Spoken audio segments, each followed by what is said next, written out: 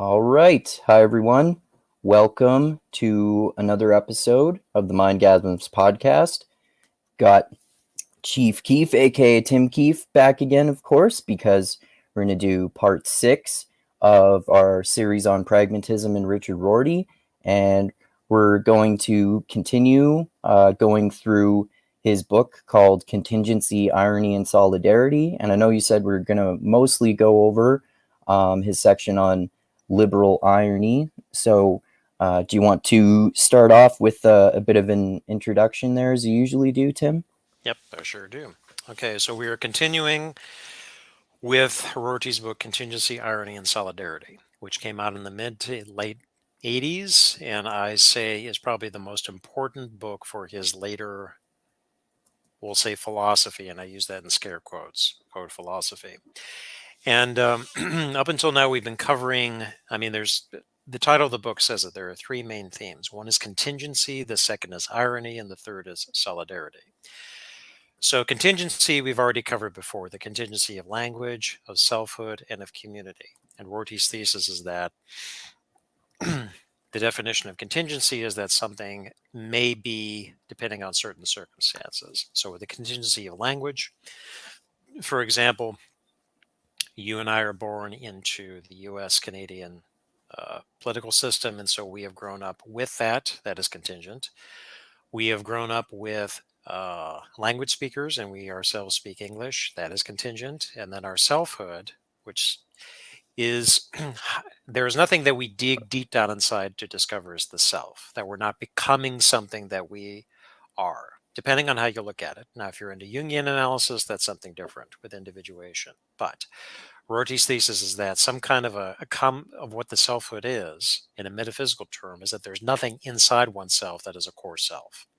The self is something that is contingent based upon experiences, the language, the vocabulary that one uses to talk about oneself and to create oneself moving forward.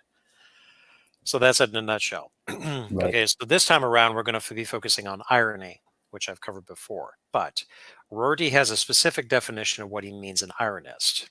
Okay, so with that out of the way, let's go ahead into the book. This is chapter 4, starting on page 73, Private Wait, Irony and Liberal Hope. wait. Does before we start that, does he start off by defining what he means by an ironist again? Yes, he does. Okay. Okay. Okay, so we'll start with the first paragraph. Rorty says, all human beings carry about a set of words which they employ to justify their actions, their beliefs, and their lives. These are the words in which we formulate praise of our friends and contempt for our enemies, our long-term projects, our deepest self-doubts, and our highest hopes. They are the words in which we tell, sometimes prospectively and sometimes retrospectively, the story of our lives. I shall call these words a person's final vocabulary. Note that term, final vocabulary. It is final in the sense that if doubt is cast on the worth of these words, their user has no non-circular argumentative recourse. Those words are as far as he can go with language. Beyond them, there is only helpless passivity or a resort to force.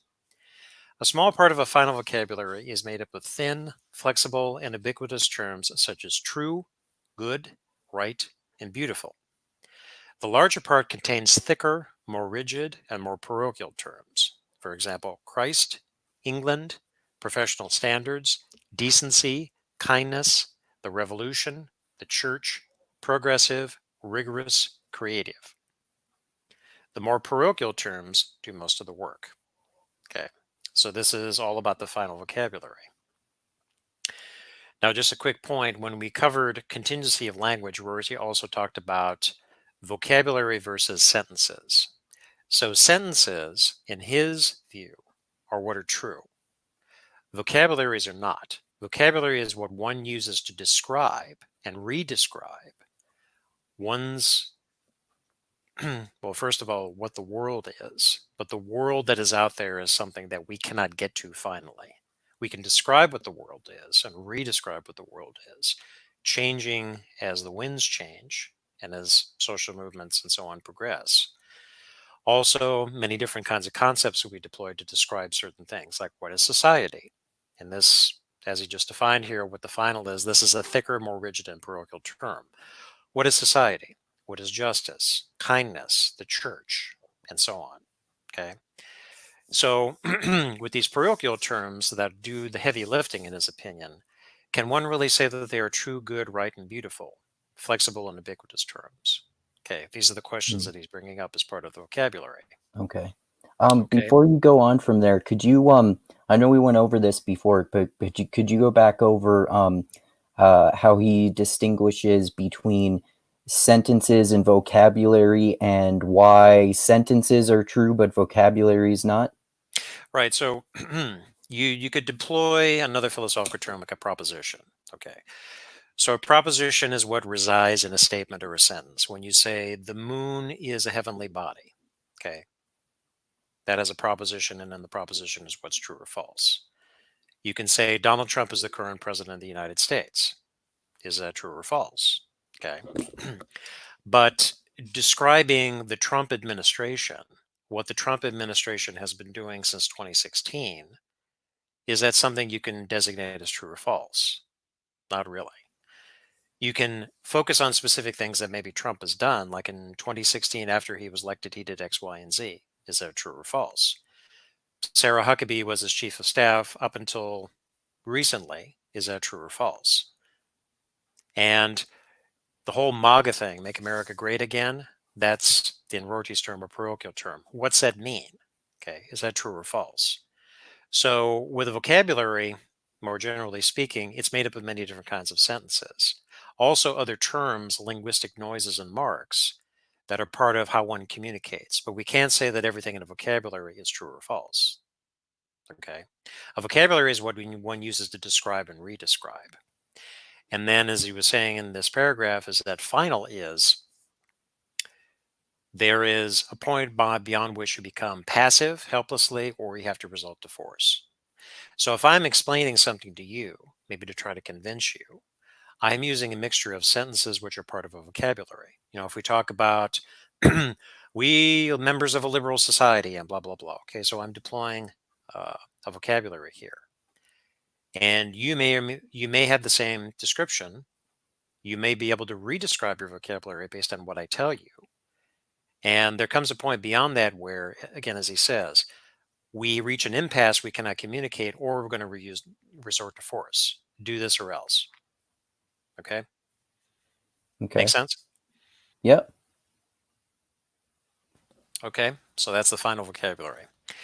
Then in the next paragraph, he says, I call people of this sort ironists, because the realization of that anything that can be made to look good or bad by being redescribed, and the renunciation of the attempt to formulate criteria of choice between final vocabularies, puts them in the position which Sartre calls metastable.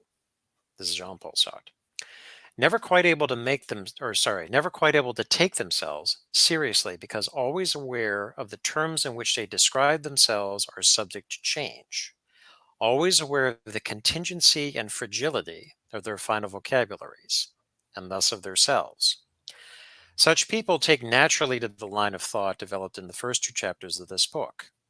If they are also liberals, people for whom, to use Judith Schlar's definition, cruelty is the worst thing they can do, they will take naturally to the views offered in the third chapter. He's referring to the contingency chapters. Okay, next paragraph.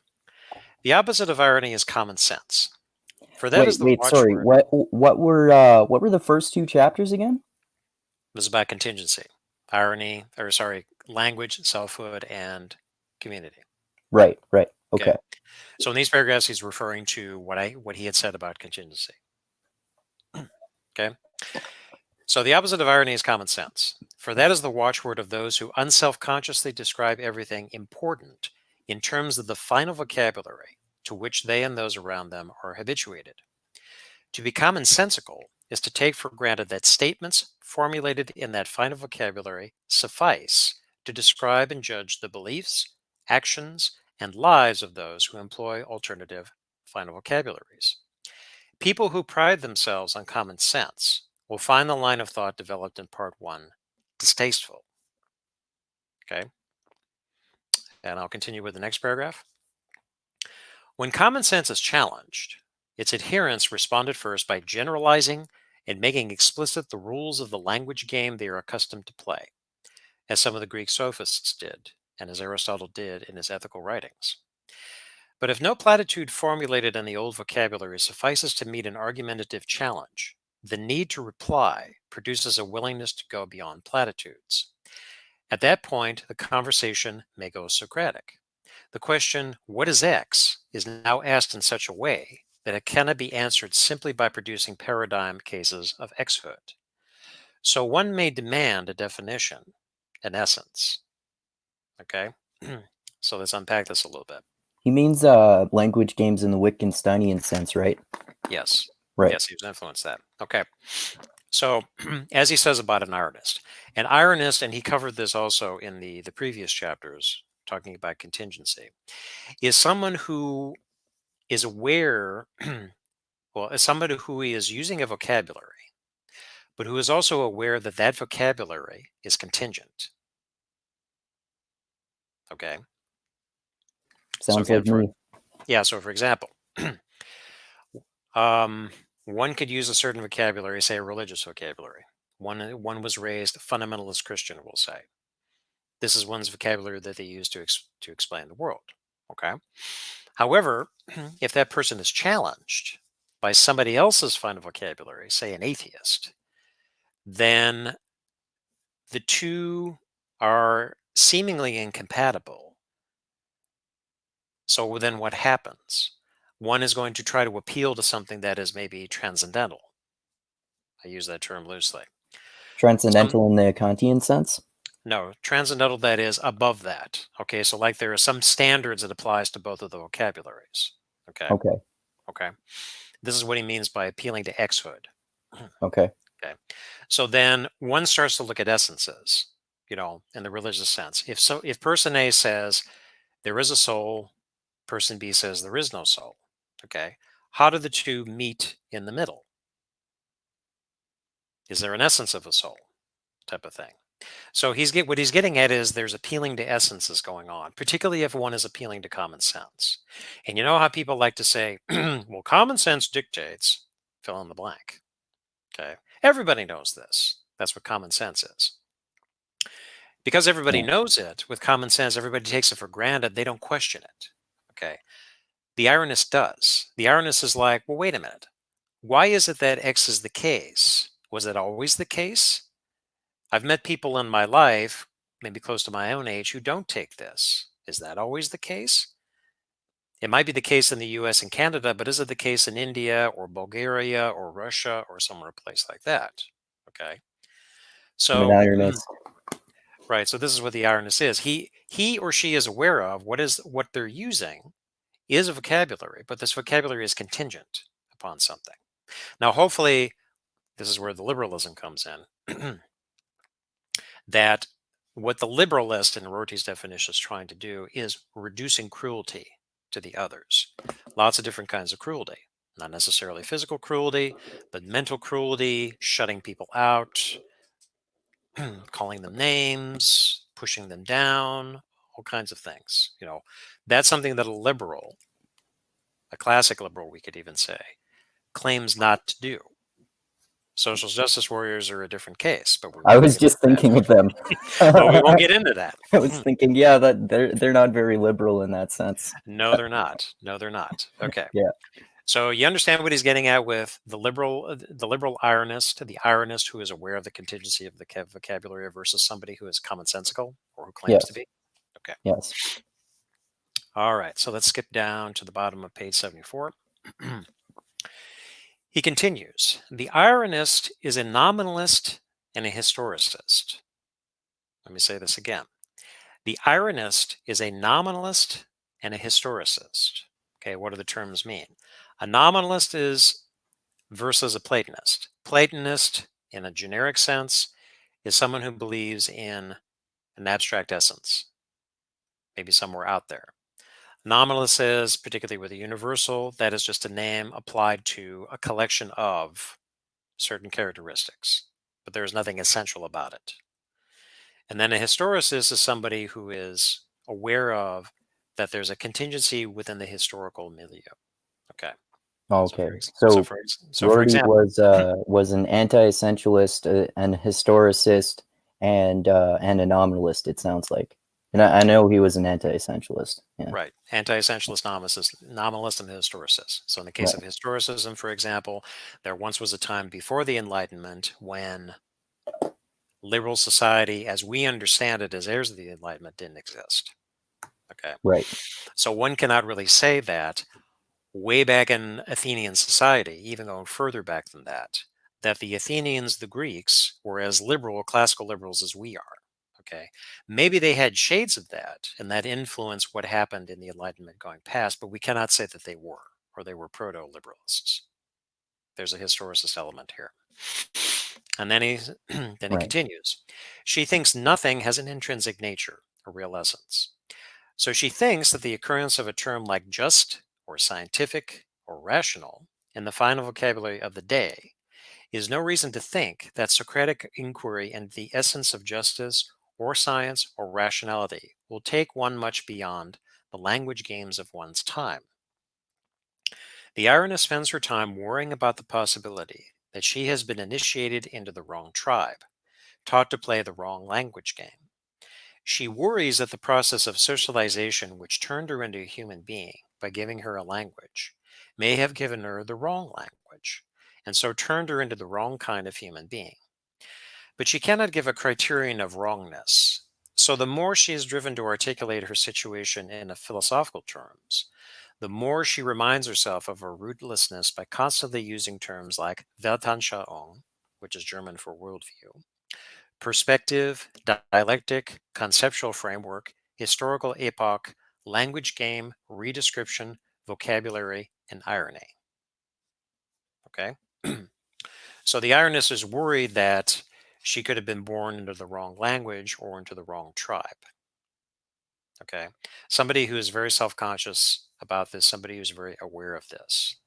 I know I was like that when I first got into philosophy years ago. You And I'm probably like that you now.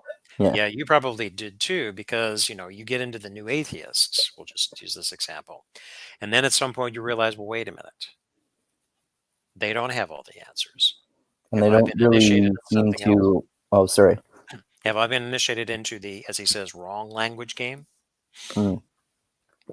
And don't seem to really understand philosophy that well for the most part either. Right. And then what makes it even more worrisome is that there is no criterion of wrongness. Yeah. Yeah. I feel that it's wrong, but I can't explain why it's wrong. Yeah. Okay. All right. It's just obviously the case that rationalism is the best, bro. That's right. It is. Okay, so going to the next paragraph, he says, the metaphysician responds to that sort of talk by calling it, quote, relativistic, and insisting that what matters is not what language is being used, but what is true. Metaphysicians think that human beings by nature desire to know. They think this is because the vocabulary they have inherited, their common sense, provides them with a picture of knowledge as a relation between human beings and, quote, reality, and the idea that we have a need and a duty to enter into this relation. It also tells us that, quote, reality, if properly asked, will help us to determine what our final vocabulary should be.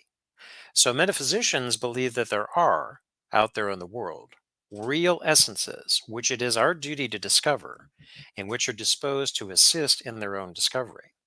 They do not believe that anything can be made to look good or bad by being redescribed, or if they do, they deplore this fact and cling to the idea that reality will help us resist such seductions. Okay? So, one point about this we covered before consequences of pragmatism. So, one essay that Rorty has in there is, he also does it in Contingency here, is to defend pragmatism against the charge of it being relativistic. Okay? So he doesn't explicitly say this here, but pragmatism is the reason why he was attracted to pragmatism is because it is one of the better philosophies out there that deals with contingency and that deals with the sort of worries that an ironist has. But the metaphysicians and those that are thinking that there is a reality, there is a world, and there are essences out there, and that our language, the purpose of our language is to get close to those, we'll call the pragmatists and call the Ironist relativists. Yeah, yeah. We were talking about that before, about how people call them relativists almost as just like an ad hominem attack. Right. So keep that in mind. If person A is accusing person B of being a relativist, you'd want to look at person A to find out, does this person believe that there is a true, right, only one way, essential, use your adjective, way of talking about things, or that there is an essence somewhere of what justice is, or maybe what race is, or maybe what society is, and so on. Okay. Hmm. Okay, continuing. By contrast, Ironists do not see the search for a final vocabulary as, even in part, a way of getting something distinct from this vocabulary right.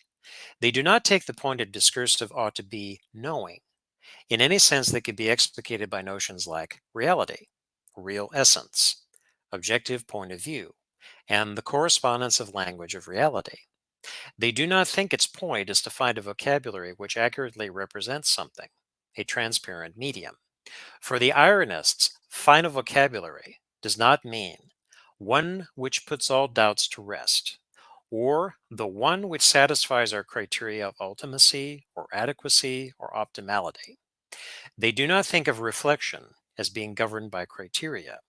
Criteria, on their view, are never more than the platitudes which contextually define the terms of a final vocabulary currently in use.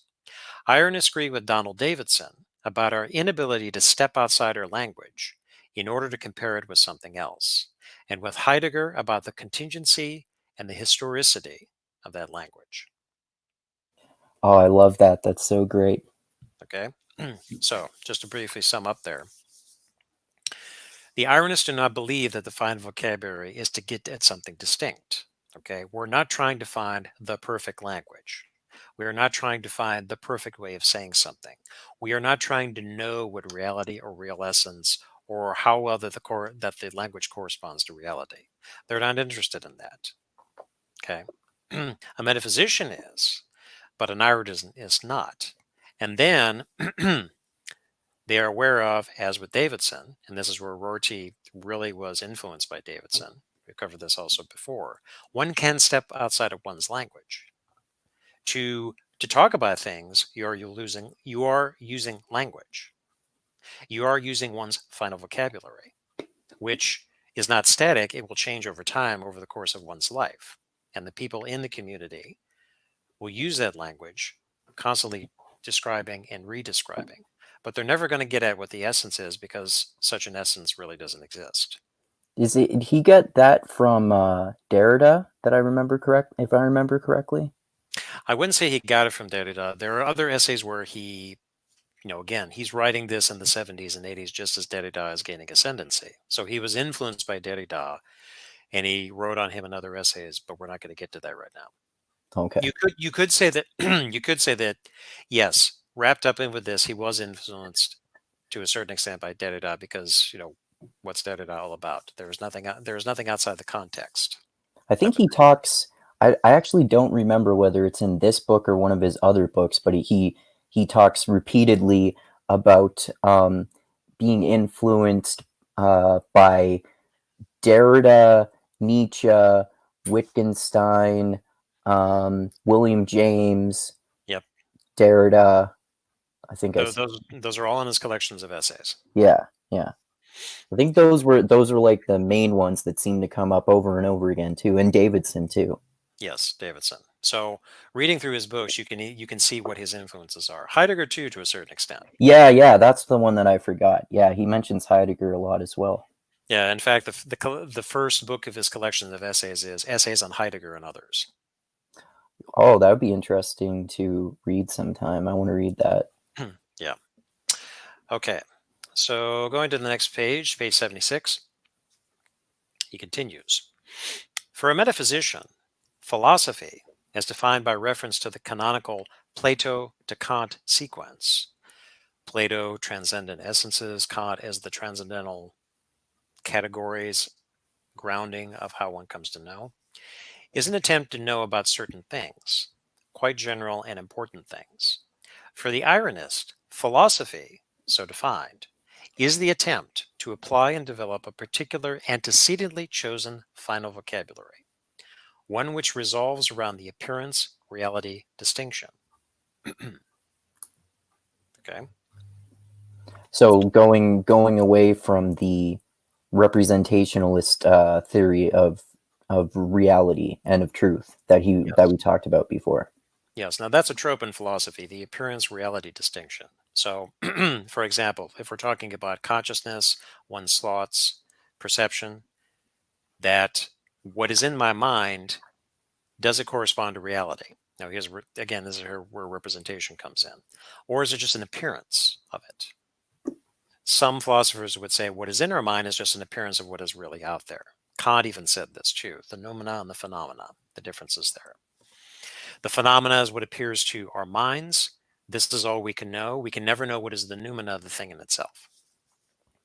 Oh, this reminds me, I was writing a lot about this recently too for one of my papers in terms of what Foucault and Derrida thought about that, which their thoughts were very similar. That like similar to, well, we were talking about Derrida too, about how you can't like step outside and view from an external perspective the division between humans and the real world that people think that there is. Right, because one is always within a context, Yeah. not just linguistically. That's a huge part of it, but is the way one sees conditioned by one's culture, one's upbringing, one's education, and so on. Stop and think about it. If you're looking at, say you're out in the forest. This is kind of the missing forest for the trees, old trope, is that you're not going to see everything when you're out in the forest. You're going to miss some things. For sure. Because you're not taking it all in at once, because you're limited by your perceptual apparatus. However, if you are looking at things, say you look at a tree, and then immediately what pops in the mind is, well, that's a Douglas fir. Okay. And this is where, no, I don't want to go too much on a tangent on this. This is what phenomenology tries to arrest, tries to correct. When you're looking at the thing there, you're not applying any categories to it. You're just taking it in as it is, as it appears to you. Right. But this whole thing about appearance and reality, taking in, whether it's Davidson or Derrida, whatever it is just the inescapable fact that the human being, how one moves in the world, how one speaks, how one understands, is conditioned by a certain context from which it is inescapable. Yeah, like you were saying, like we all have different ways of describing a tree that we would see in the forest, like based on all those factors you mentioned, like our culture, our upbringing, our language, the period of history, and so many other factors. So one has a perspective that is conditioned by a context, and Rorty had mentioned this before when he brought in Nietzsche about perspectivalism. Okay, so everybody has a perspective, except for the metaphysician. The metaphysician would say that those people are relativists because there is only one reality. There is only one way. There's only one thing, one essence that's out there, and the purpose of philosophy is to get to that thing. A final vocabulary. Okay, that is true for all time, never changes. This word refers to this object. This word refers to this object. That doesn't change. You might have a problem with translation, but apple refers to something that Apfel or Pomme in German and French refers to. Okay. This is where you could get into a lot of arguments with militant atheists, and like the opposite of well, I guess now it would be the opposite of the way I would argue with people sometimes. Like, no, there are things that are always the same and never change. Like gravity's true forever. But then now, after learning more about the type of philosophy that we talk about, I'm more of the mindset that, well, how do we know that what we describe as gravity is actually gravity? Because it seems like with the progression of physics, there are endlessly more complex theories, and obviously gravity doesn't work with some other types of physics depending on what you measure. So now physicists are trying to come up with new types of physics to account for this, and maybe they'll discover that what they thought was gravity was really something else entirely. And then you can have a, like, I've debated with my brother about this actually, whether that means that the previous theories were false, or it means that they were true but they just need adjustment. And I think it's more, to me it seems more that the theories are false if you prove that that you need to invent new physics to come up with new terms to explain them, because that doesn't work. But it's like, obviously you were describing Richard Rorty explaining people's opposite perspectives too, like that they see that as not necessarily proving those theories wrong. Sure. And, the problem that you run into with vocabularies is that one group might say, what our vocabulary is true, yours is not. And the nefarious ends to which that can be party to. Yeah, for sure. Yeah. That's that's where the liberal comes in. And being a liberal is to reduce cruelty as much as possible. Mm-hmm. Okay. So next page, 77. He continues. Because metaphysicians believe that we already possess a lot of the, quote, right final vocabulary and merely need to think through its implications, they think of philosophical inquiry as a matter of spotting the relations between the various platitudes, which provide contextual definitions in terms of this vocabulary. So they think of refining or clarifying the use of terms as a matter of weaving these platitudes, or as they would prefer to say, these intuitions, into a perspicuous system. This has two consequences. First, they tend to concentrate on the thinner, more flexible, more ubiquitous terms in this vocabulary.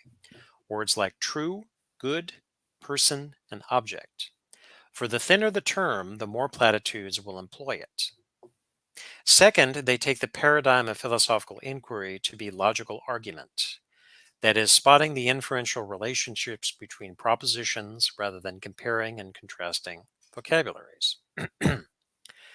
The typical strategy of the metaphysician is to spot an apparent contradiction between two platitudes, two intuitively plausible propositions, and then propose a distinction which will resolve the contradiction. Metaphysicians then go on to embed this distinction within a network of associated distinctions, a philosophical theory, which will take some of the strain off the initial distinction. This sort of theory construction is the same method used by judges to decide hard cases, and by theologians to interpret hard texts. That activity is the metaphysician's paradigm of rationality. He sees philosophical theories as converging, a series of discoveries about the nature of such things as truth and personhood, which will get closer and closer to the way they really are, and carry the culture as a whole closer to an accurate representation of reality. Okay, that's what the metaphysician does. Right. The Ironist, however, views the sequence of such theories, such interlocked patterns of novel distinctions, as gradual, tacit substitutions of a new vocabulary for an old one. She calls platitudes what the metaphysician calls intuitions. She is inclined to say that when we surrender an old platitude, for example, the number of biological species is fixed, or human beings differ from animals because they have sparks of the divine with them, or blacks have no rights which whites are bound to respect. We have made a change rather than discovered a fact.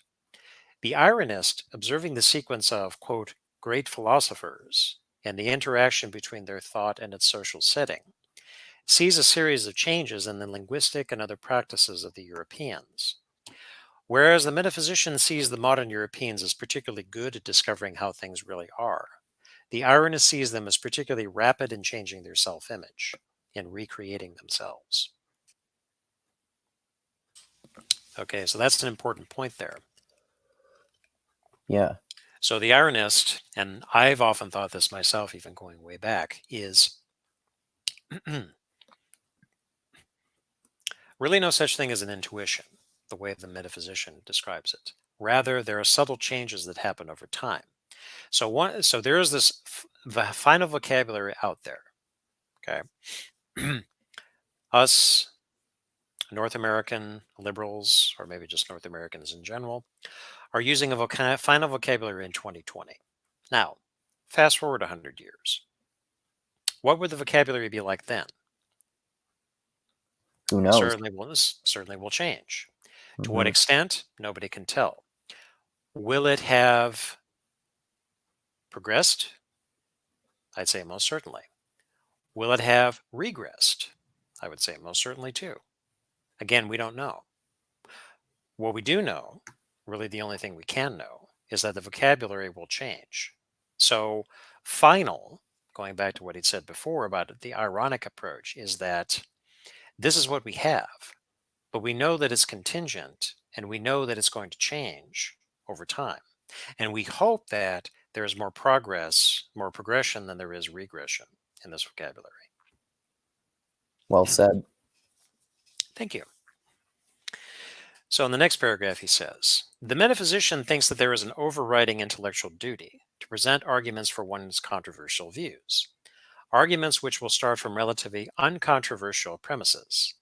The Ironist thinks that such arguments, logical arguments, note that, logical arguments, are all very well in their way and useful as expository devices, but in the end not much more than ways of getting people to change their practices without admitting that they have done so. The Ironist's preferred form of argument is dialectical, in the sense that she takes the unit of persuasion to be a vocabulary rather than a proposition. Her method is redescription rather than inference. Let me read that again. Does he mean dialectical in the Hegelian sense or in a different sense? No, in the original Greek sense. The dialectic Okay. is thesis, antithesis. Okay, Okay. like in Okay. a debate, the for and against. Okay. Okay, so changing the vocabulary is a dialectical process, according to the Ironist. And this whole thing about presenting an illogical argument, well, all we need to do is just look into rhetoric and rhetoricians. Jonathan Haidt, we can even bring in here. How many people out there are really convinced by logical arguments? Very goddamn few. Right. Okay. They are more convinced by rhetorical. Now, as has been the case for many years, whenever one mentions the word rhetorical or rhetoric, it's usually in a pejorative sense. But going all the way back to the Greeks, rhetoric has a positive sense to it. It's a way of persuasion because you're always trying to persuade the person. Sometimes you might persuade them through dialectic. Sometimes you might persuade them by ad hominem attacks, poisoning the well. You could trot out the list of the logical fallacies. Okay.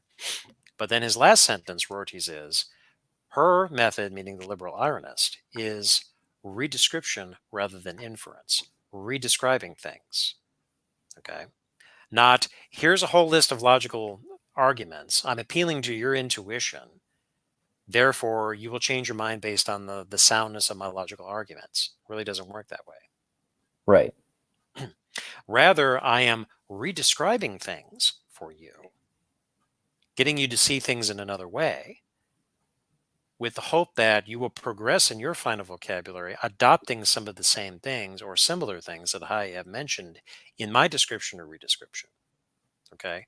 And then perhaps over time, as you are using those, you are changing your view as you progress so that your final vocabulary is different from what you started with. Right. Yeah, of course. Okay. Make sense so far? Yeah. Okay. Now, jumping to page 79, he says, a more up-to-date word for what I have been calling dialectic would be literary criticism. Okay. In Hegel's time, it was still possible to think of plays, poems, and novels as making vivid something already known, of literature as ancillary, meaning as a supplement or a handmaiden, to cognition, beauty, to truth. The older Hegel thought of philosophy as a discipline which, because cognitive in a way that art was not, took precedence over art. Indeed, he thought that this discipline, now that it attained maturity in the form of his own absolute idealism, could and would make art as obsolete as it made religion. But ironically and dialectically enough, what Hegel actually did by founding an Ironist tradition within philosophy was help decognitivize, demetaphysicize philosophy. He helped turn it into literary genre. The young Hegel's practice determined the possibility of the sort of convergence to truth about which the older Hegel theorized. The great commentators on the older Hegel are writers like Heine and Kierkegaard, people who treated Hegel the way we now treat Blake, Freud, D.H. Lawrence, or Orwell. Okay? So, he's saying in Hegel's time, still possible to think of plays, poems, and novels as making vivid something already known. Heidegger, in fact, kind of did this in the latter part of his philosophy, where he was going more towards poetry than he was to philosophical discourse, particularly in revealing being. Okay, the poet was able to reveal things that philosophical discourse, logical discourse, prose, essayists could not. Okay, let that sink in for a minute.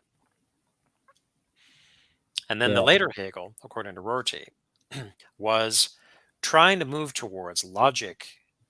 Art was going to fall away, and then logic and philosophy was going to take precedence over this. We didn't have to deal with art anymore. It seemed like he kind of had a negative opinion of art. But then he sowed the seeds of things being ironic going forward. He mentions Kierkegaard, and I remember I think it's a it's a paraphrase of a quote somewhere in Kierkegaard where he said Hegel would have been the greatest philosopher the world had ever known if he had only said that all of his philosophy was just a thought experiment. That's where the irony comes in. Yeah. And Kierkegaard was an Ironist. In Oh, fact, one of right. his early works is The Concept of Irony with continual reference to Socrates. Oh, okay. Okay? So, going to the next paragraph, where he says, we Ironists treat these people not as anonymous channels for truth, but as abbreviations for a certain final vocabulary and for the sorts of beliefs and desires typical of its users. The older Hegel became a name for such a vocabulary, and Kierkegaard and Nietzsche had become names for others. If we are told that the actual lives such men lived had little to do with the books and the terminology which attracted our attention to them, we brush this aside. We treat the names of such people as the names of the heroes of their own books. Well said. Well said. Okay. Next page, towards the bottom, page 80. He continues, says, for us Ironists, nothing can serve as a criticism of a final vocabulary save another such vocabulary. There is no answer to a redescription save a redescription. Since there is nothing beyond vocabularies which serves as a criterion of choice between them, criticism is a matter of looking on this picture and on that, not of comparing both pictures with the original. Nothing can serve as a criticism of a person save another person, or of a culture save an alternative culture. For persons and cultures are, for us, incarnated vocabularies. So our doubts about our own characters and our own culture can be resolved or assuaged only by enlarging our acquaintance. The easiest way of doing that is to read books, and so Ironists spend more of their time placing books than in placing real-life people. Ironists are afraid that they will get stuck in the vocabulary in which they were brought up if they only know the people in their own neighborhood. So they try to get acquainted with strange people, strange families, and strange communities. Okay? Rather salient points there. Yeah. You can't criticize another person except from another person. Mm-hmm. No final vocabulary above two people which you can use to adjudicate. Same thing for culture. Now, of course, as it was back in the day, and still to this day, you have certain groups of people that will criticize a culture saying that the Chinese are X, the Germans are X, the French are X. Okay, Mm-hmm. they are inferior to our culture. Okay, Yes. but Our weird cultures, they say in mixed mental arts, is superior. yes, the weird cultures. Now, the way you get out of that is by expanding your acquaintance. So you come to have doubts about the Chinese when you live among the Chinese. You come to have doubts about the Bulgarians when you live among the Bulgarians. Okay. I did that when I went to Korea back in the mid-90s, and I had a greater appreciation for the culture. That makes sense. Yep. Okay, next paragraph. Ironists read literary critics and take them as moral advisors, simply because such critics have an exceptionally large range of acquaintance. They are moral advisors not because they have special access to moral truth, but because they have been around.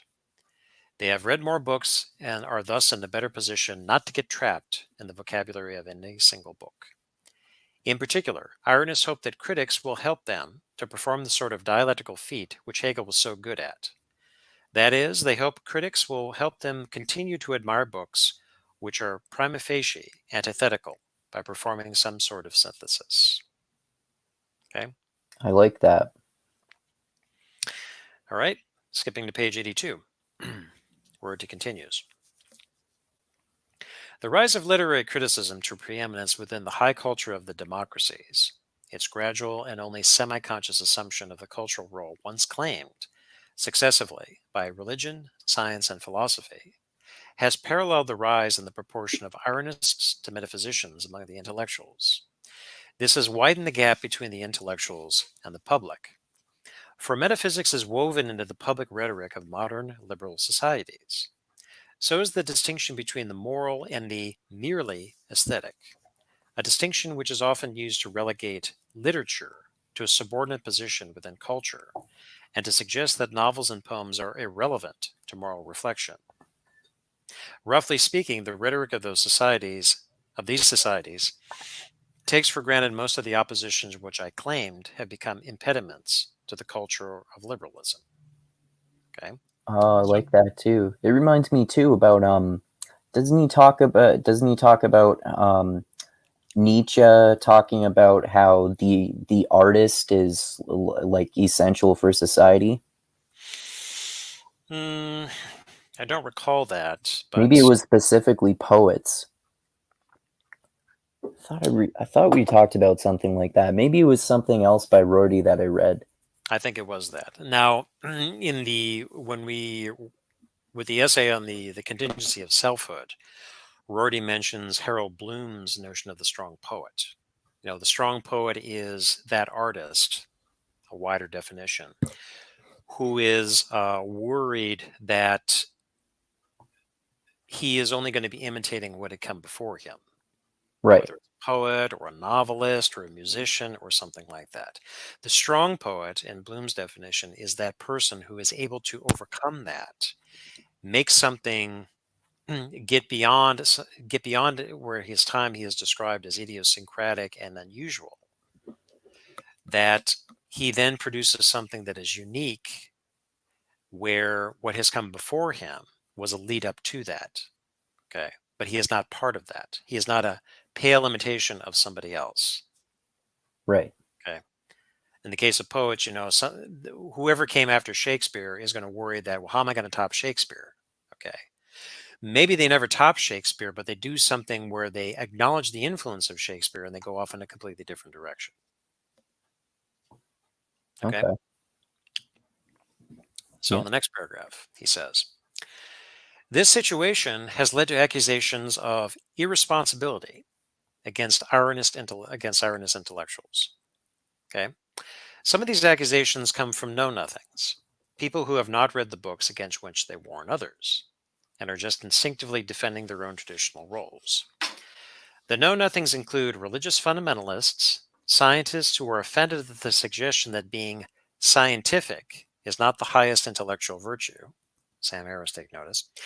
And philosophers for whom it is an article of faith that rationality requires the deployment of general moral principles of the sort put forward by John Stuart Mill and Kant. But the same accusations are made by writers who know what they are talking about and whose views are entitled to respect. As I have already suggested, the more important of these writers is Habermas, who has mounted a sustained, detailed, carefully argued polemic against critics of the Enlightenment, who seem to turn their back on the social hopes of liberal societies. In Habermas's view, Hegel and Marx took the wrong track in sticking to a philosophy of, quote, subjectivity, of self-reflection, rather than attempting to develop a philosophy of intersubjective communication.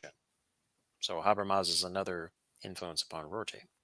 Was he, I know we only talked about him maybe a little bit before, but was he from the Frankfurt School? Yes, he was originally with the Frankfurt School, but he broke away. Okay. Okay, because he was a defender of the Enlightenment, unlike Okay. the members of the Frankfurt School were. I thought I remembered hearing him when that Thaddeus Russell podcast that we both watched recently when they were talking about the Frankfurt School. Yes, yes. By the way, that was an excellent episode. Yeah, I love it. It was If so nothing awesome. else, it's because both Lindsay and Pluckrose read the literature. Mm-hmm. They read the fucking books by Yes, they post-structuralists did, like Keefe and and they Derrida. summarized them more or less accurately. I did have Mhm. some issues with them because I've read them too, but I give them props for that, massive props for that. Yes, definitely. Definitely. Okay, so continue on page 84. Rorty continues. The social glue holding together the ideal liberal society, described in the previous chapter, consists in little more than a consensus that the point of social organization is to let everybody have a chance at self-creation to the best of his or her abilities, and that the goal requires, besides peace and wealth, the standard bourgeois freedoms. This conviction would not be based on a view about universally shared human ends, human rights, the nature of rationality, the good for man, nor anything else. It would be a conviction based on nothing more profound than the historical facts which suggest that without the protection of something like the institutions of bourgeois liberal society, people will be less able to work out their private salvations, create their private self-images, reweave their webs of belief and desire in the light of whatever new people and books they happen to encounter. In such an ideal society, discussion of public affairs will revolve around 1. How to balance the needs for peace, wealth, and freedom when conditions require that one of these goals be sacrificed to one of the others. And 2. How to equalize opportunities for self-creation and then leave people alone to use or neglect their opportunities. Okay. Okay? So let's unpack this a bit. Little more than the consensus that the point of social organization is to let everybody have a chance at self-creation to the best of his or her abilities, and that the goal requires, besides peace and wealth, the standard bourgeois freedoms. Okay, that's the key sentence there. So we in the liberal democracies enjoy this to a great deal. We have peace, relatively speaking. We have wealth, also relatively speaking. Although I would have to say is that even people who are kind of below the poverty line, they still have certain freedoms that they would not otherwise have in societies of the past. Okay. Yeah, like Because cell phones and right. maybe laptops, maybe Well, TVs. and it's not just that, but they have access to media, books, Mm-hmm. podcasts, YouTube that they could use. They're listening to somebody else's final vocabulary, using the word teacher, Mm-hmm. Mm-hmm. to modify their own vocabulary. So that way they are changing their mindset, even though their material circumstances might be, you know, less than ideal. But again, in a rich society such as the US or Canada and in Western Europe, poverty is kind of relative. Yeah. I would say the true poverty, if you want to do that, is within the mind. Ooh, yeah. That's a very stoic perspective. Yes, true poverty is in the mind. But again, one enjoys one enjoys peace, wealth, and the standard bourgeois freedoms where you can go to the library and read any kind of book that you want. In effect, more or less that you want, and then all kinds of material that you have available for low to no cost on the internet to educate oneself. You are free to create yourself. Whereas in the past, but even in societies today, those kind of freedoms don't exist. Yeah. Almost all of my education is free. Yes, exactly. And I have to say, particularly within the past 10 to 12 years, I have benefited immensely from what the internet has become. Yeah, Immensely. definitely. And it's priceless. I cannot put a price tag on it. Yeah, me neither. I mean, look at like for me, that's like I wouldn't be doing this. I wouldn't have this YouTube channel without the internet, obviously. And it was through listening to podcasts. It was through listening to the Joe Rogan podcast that I started listening to the Mixed Mental Arts podcast. Yep. That led to me getting to know James Sullivan. That led to me getting to know you. That got you on my YouTube channel. Yep. There it is. All contingent, too. Yeah. Okay. So let's go to page 86. He says, modern literate secular societies. Let me read this again. Modern literate secular societies depend on the existence of reasonably concrete, optimistic, and plausible political scenarios, as opposed to scenarios about redemption beyond the grave. To retain social hope, this is going to be an important term for him in some of his later essays, members of such a society need to be able to tell themselves a story about how things might get better, and to see no insuperable obstacles to this story's coming true. If social hope has become harder lately, and he's writing this in the 80s, this is not because the clerks have been committing treason, but because, since the end of World War II, the course of events has made it harder to tell a convincing story of this sort. The cynical and impregnable Soviet Empire, again he's writing this in the 80s, the continuing short-sightedness and greed of the surviving democracies, and the exploding, starving populations of the Southern Hemisphere make the problems our parents faced in the 1930s, fascism and unemployment, look almost manageable. People who try to update and rewrite the standard social democratic scenario about human equality, the scenario which their grandparents wrote about the turn of the century, are not having much success. The problems which metaphysically inclined social thinkers believe to be caused by our failure to find the right sort of theoretical glue, a philosophy which can command wide assent in an individualistic and pluralistic society, are, I think, caused by a set of historical contingencies. These contingencies are making it easy to see the last few hundred years of European and American history, centuries of increasing public hope and private Ironism, as an island in time, surrounded by misery, tyranny, and chaos. Ooh, I like that. As Orwell put it, the democratic vistas seem to end in barbed wire. Oh, that's good too. Okay? So, social hope, which later on in his later essays, Rorty will substitute social hope in the place of truth. Rather than, in his opinion, obsessing about truth, replace it with social hope. Social hope is the hope that things will get better for one's grandchildren. Right. Okay? That is a substitute for truth. I like that. Okay? I think that's a better alternative to seeking truth. Yes. Now there's a collection of essays, which I hope to get to too, that came out in 1999, Philosophy and Social Hope. That's what the title is. Right. Okay. But let's go to page 87. In the ideal liberal society, the intellectuals would still be Ironists, although the non-intellectuals would not. The latter would, however, be commonsensically nominalists and historicists. There are those two words again. So they would see themselves as contingent through and through, without feeling any particular doubts about the contingencies they happen to be. They would not be bookish, nor would they look to literary critics as moral advisors.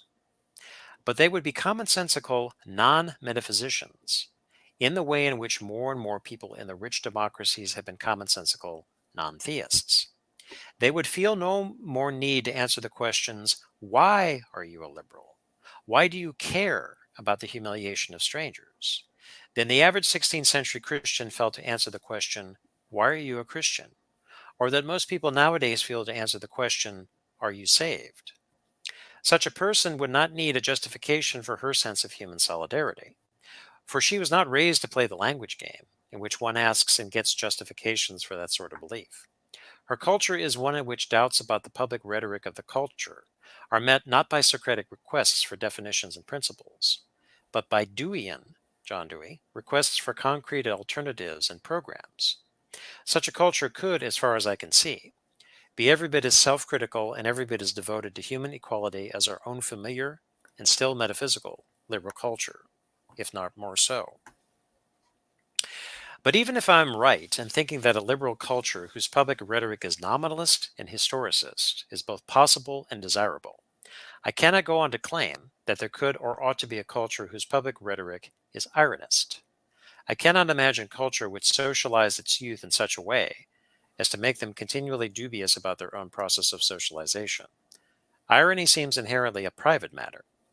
On my definition, an Ironist cannot get along without the contrast between the final vocabulary she inherited and the one she is trying to create for herself. Irony is, if not intrinsically resentful, at least reactive. Ironists have to have something to have doubts about, something from which to be alienated. Okay. Like that. Especially the part about how it doesn't necessarily have to be like negative or cynical. Right. Okay. So let's see. Okay, going to page 89, he says, the Ironist is the typical modern intellectual, and the only societies which give her the freedom to articulate her alienation are liberal ones. So it is tempting to infer that Ironists are naturally anti-liberal. Then he continues, Ironism, as I have defined it, results from awareness of the power of redescription. But most people do not want to be redescribed. They want to be taken on their own terms, taken seriously just as they are and just as they talk. The Ironist tells them that the language they speak is up for grabs by his or her kind. There is something potentially very cruel about that claim. For the best way to cause people long-lasting pain is to humiliate them by making the things that seemed most important to them look futile, obsolete, and powerless. Okay? So, the Ironist has her work cut out for her. Yes. Next page. Page 90. The redescribing Ironist, by threatening one's final vocabulary, and thus one's ability to make sense of oneself in one's own terms rather than hers, suggests that one's self and one's world are futile, obsolete, powerless. Redescription often humiliates. But notice that redescription and possible humiliation are no more closely connected with Ironism than with metaphysics. The metaphysician also redescribes, even though he does it in the name of reason rather than the name of the imagination. Redescription is a generic trait of the intellectual, not a specific mark of the Ironist.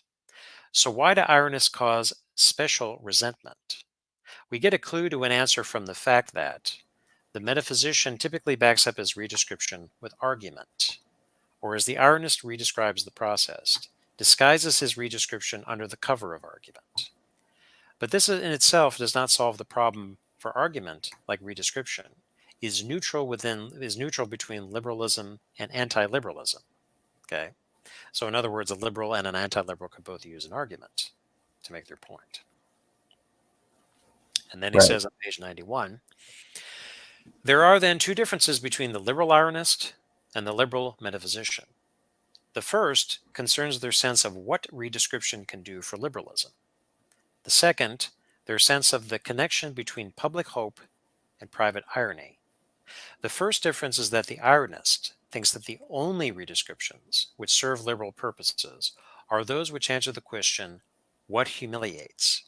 Whereas the metaphysician wants to answer the question, why should I avoid humiliating? The liberal metaphysician wants our wish to be kind to be bolstered by an argument. Why should I even care about this? One which entails a self-redescription, which will highlight a common human essence, an essence which is something more than our shared ability to suffer humiliation. The liberal Ironist just wants our chances of being kind, of avoiding the humiliation of others, to be expanded by redescription. She thinks that recognition of a common susceptibility to humiliation is the only social bond that is needed. Whereas the metaphysician takes the morally relevant feature of the other human beings to be their relation to a larger shared power, rationality, God, truth, or history, for example. The Ironist takes the morally relevant definition of a person, a moral subject, to be something that can be humiliated. Her sense of human solidarity is based on a sense of a common danger, not on a common position or a shared power. Okay? Yep. And I'm going to move along here because I got to go pretty soon. All right. So, page 93, Rorty concludes with these two paragraphs. Whereas the liberal metaphysician thinks that the good liberal knows certain crucial propositions to be true, the liberal Ironist thinks the good liberal has a certain kind of know-how. Whereas he thinks that the high culture of liberalism is centering around theory, she thinks of it as centering around literature, in the older and narrower sense of that term, plays, poems, and especially novels. He thinks that the task of the intellectual is to preserve and defend liberalism by backing it up with some true propositions about large subjects. But she thinks that this task is to increase our skill at recognizing and describing the different sorts of little things around which individuals or communities center their fantasies and their lives. The Ironist takes the words which are fundamental to metaphysics, and in particular to the public rhetoric of the liberal democracies, as just another text, just another set of little human things. Her ability to understand what it is like to make one's life center around these words is not distinct from her ability to grasp what it is like to make one's life center around the love of Christ or a big brother. Her liberalism does not consist in her devotion to those particular words, but in her ability to grasp the function of many different sets of words. And then, the suspicion that Ironism in philosophy has not helped liberalism is quite right. But that is not because Ironist philosophy is inherently cruel. It is because liberals have come to expect philosophy to do a certain job, namely answering questions like, why not be cruel? And why be kind? And they feel that any philosophy which refuses this assignment must be heartless. But that expectation is a result of a metaphysical upbringing. If we could get rid of the expectation, liberals would not ask Ironist philosophy to do a job which it cannot do, and which it defines itself as unable to do. I like that. The end. So, one of our favorite subjects, SJWs. Yes, I think Rorty would not have very kind things to say about SJWs. I agree. He would definitely, using the words in this essay, describe them as metaphysicians. Yep. Because what's the metaphysics that's involved? Identity. Yep. Not in the sense of one's essential identity as what makes up a person, but one's identity of maybe of a social demographic or of race, gender, or so on. Essentializing this. This is why Foucault and Derrida would definitely like disapprove of them too. Yes, they would. Yes, they would. Now, Rorty was influenced to an extent by Foucault, but he did not. He also was critical of Foucault. Yeah. Why? Because kind of in the same vein as what, for example, James Lindsay, Helen Pluck-Rose, and Peter Boghossian have done with their admirable studies on identity politics and SJWs and the like, that, what was it about Foucault? Power. Mm-hmm. At the heart of things is power. Okay. Maybe you could say that's a metaphysical claim. I'm not really going to get into that right now. But that's an example of where one could be suspicious. And also in the essays where he mentions Foucault, he didn't think that Foucault was particularly helpful for social change. Okay, so it all boils down to power. Okay, that's it. We can't get beyond it. Very almost in the same vein as how the Marxists, this goes way back to what I was doing in James Sullivan's podcast, is, the Marxists didn't have any use for the postmodernists. They thought it was mental masturbation and it didn't affect any kind of social change. Yeah, exactly. But mental masturbation is fun though. Oh, sure, it's fun. It's great. It's great fun, but you don't want to use it as a substitute good for the real thing. No. Yeah. Okay. But, the point here, again, that he's made several times in the essay is that the metaphysician, the commonsensical, now what he is hoping to do, what he is hoping in a progression of a liberal society is that those who are not intellectuals, who are not engaged in reading books, which are the source of their own redescription, will be commonsensical, but they're also ironists about it. Okay. Right. Sure. Everybody knows common sense dictates blah, blah, blah. And you might know in the back of your mind that, well, yeah, I mean, what's commonsensical now wasn't commonsensical 100 years ago. What might not be commonsensical 100 years from now. It's contingent. Yeah. We're an ironist about this. However, getting a little bit further, more towards the end of the essay here, is that he makes a very salient point. Redescription is painful for people. Okay. Yep. So you could, and not the best way is you use words as weapons and as bludgeons to try to get people to see your own way. They're going to resist, and it's not effective. If you try to get in their head, sort of, to plant seeds of doubt, and with redescription, I think that the street epistemology guys are doing an excellent job at this. That's what I was just thinking about. That they are redescribing. They're doing it in a respectful way. And that's where you sow the seeds of the person at the other end redescribing themselves. But you can't do it wholesale because that's painful, that's disruptive to the individual. Right. And then the overarching point that Rorty had mentioned at the very beginning is that the vocabulary to use redescription. It's not metaphysical.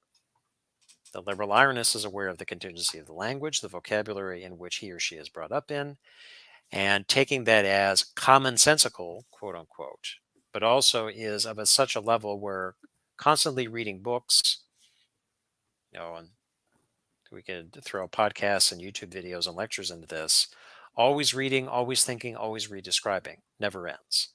Right. Okay. So, and then another point he is saying is that socially speaking, at the macro level, is hope, social hope. Things will get better for our grandchildren in the future. But privately, one is an ironist because, touching on his earlier point about the contingency of selfhood, there is no fixed essence or fixed self within oneself. One is constantly describing, redescribing oneself throughout one's life. Right. Okay. Yeah, of course. So private irony, public hope, private irony, and liberal hope. Liberal hope. Right. And that's it. All right. Cool. Yeah, I like that one. Each part that we go over is like there's some similar themes that he takes throughout the book, but he examines different topics, and they're always very, very interesting. Right. Yes, I think this is one of Rorty's, probably his best book, where it really gets to the meat of what his mature thinking is. Because with Philosophy in the Mirror of Nature, we covered this in the previous episodes. With Philosophy in the Mirror of Nature, that is his rebellion against, his reaction against the analytic tradition in which he was brought up, that of the 50s and 60s. Yeah.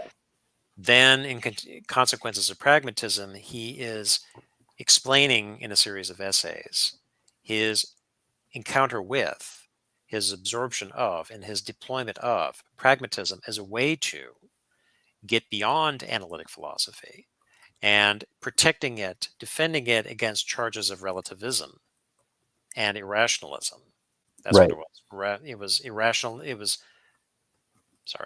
was relativism and irrationalism that he was defending in the essay I was talking about earlier. And he bolstered that argument here by saying that, well, the metaphysicians are the ones who are concerned about it being relative, because the metaphysicians are the ones most concerned about correspondence, the final vocabulary that is fixed, that reflects the world, represents it, and that there are these unchanging essences that the language is trying to get to. Right. Okay. So yes, this is one of his best books. Yeah, I like it a lot. It's probably at least one of my favorites that I've read. I think I've read I don't know, like at least 3, maybe 4 that we've gone through so far with these episodes. Mm-hmm. But yeah, I like it a lot. Yeah. All right. Well, Okay, so next time we're going to cover solidarity, but I also the last essay in this book is titled Solidarity, but I also wanted to go to his I think his essays in Heidegger and others, oh, cool. or maybe it's the other one. That it's there are two essays in the beginning that also treat of solidarity. Okay. Okay, so it's kind of a package because the solidarity essay in this one is short. Right. There's more to say about solidarity in the other essays, but that's okay. That's what I got. All right. All right, cool. Well, thanks as always. That was interesting and educational as always. And thanks to everyone for watching. And thanks to those of you who subscribe to my channel. And crap, my phone's ringing. And thanks to those of you who subscribe to me on Patreon and like and share this video everywhere. And like I always say, I love you all. Keep being the tiny beam of light that shines through the almost impenetrable darkness in the universe. And most importantly, remember that the funk cures all and that groove is in the heart. And also, be an Ironist. You don't necessarily have to be a liberal about it if you don't like liberalism. I think it sounds like a good idea. And social hope and public social hope is cool too. And think about the contingency of all of these factors like the self and truth. That's all interesting to think about. And yeah, anything else to say before we finish it there, Tim? Well, isn't it ironic? Don't you think? Yes. And Tim the Sorcerer is taking us out. Tim the Enchanter. Tim the Enchanter. Sorry. Tim the Enchanter. Yes. All right. Adios, everyone.